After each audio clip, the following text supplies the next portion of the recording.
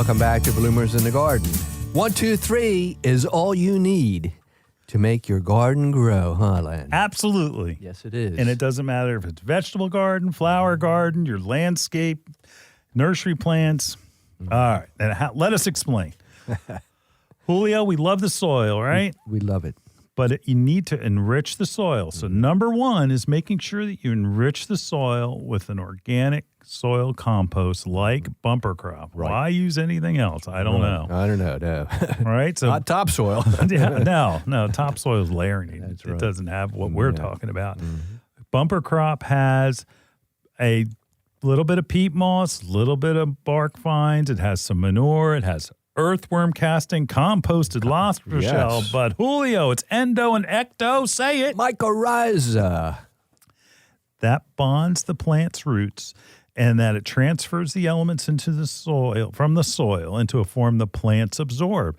It's that symbiotic relationship between mycorrhiza and the plants and the soil that makes your plants grow. Without it, they just kind of they'll look a little yellow. That seems like no matter how much fertilizer you use, it doesn't work. And that, again, when your soil is tired, if you've been using it, like we talked about in an earlier segment, that your soil is spent because you've been gardening in that same spot year after year after year, and it seems like, it's just not doing the same, you need to add bumper crop into that garden, and that it will be miraculous, the change. Because, again, it's the mycorrhiza. It's mycorrhiza. This is something that is relatively new. I mean, it's always been there, but we just didn't know it. And that at Bloomers, we sell it as far as within bumper crop, but also some of the different fertilizers are adding it and having it in it. Plus, we were just talking before we went on air about how Bloomers has something called Bigfoot. What it actually is just straight mycorrhiza. So you just mix that in. Very important, and it is that connection between, think of it as the mouth parts to the roots. It's like it's actually what chews up the nutrients in the soil and allows the roots to swallow it. Swallow it up. But without it, it's not going to eat. All right, so we've got that. So it's an organic method. That's number one. So here's the number two of 1, 2, 3. Number two is we have what is called a slow-release granular fertilizer, okay? Right, granular fertilizer. That's right. Granular fertilizer. And like you said, slow release. Slow release, right? So what it happens is that it breaks down over time. It doesn't it's not chemical-based, organic or polymer-coated. And that if you're looking at us on YouTube, you can see what I'm holding in my hand. This is Classic Coat from Jax. Jax is a great company. If you've been using Miracle Grow, they've got great ads.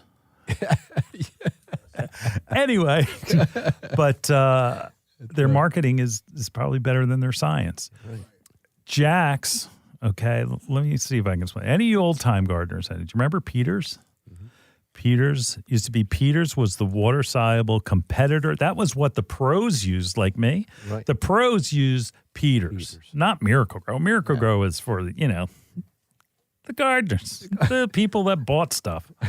But where in the greenhouses and in the professionals, they all use Peters. What is Jack's last name?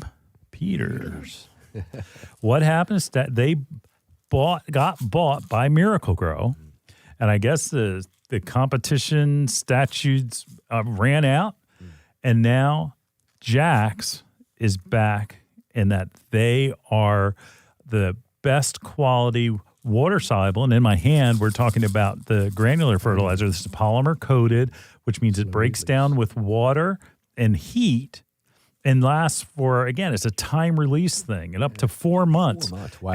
And again, an organic, okay, if you're an organic or even if you're not, they're products that are granular, okay, from a spoma are all organic in that they're specifically made for certain plants. And we have a rundown for you.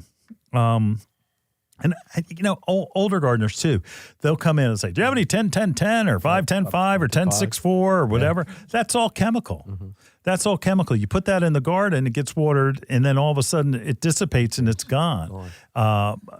It is absolutely not organic. Mm-hmm.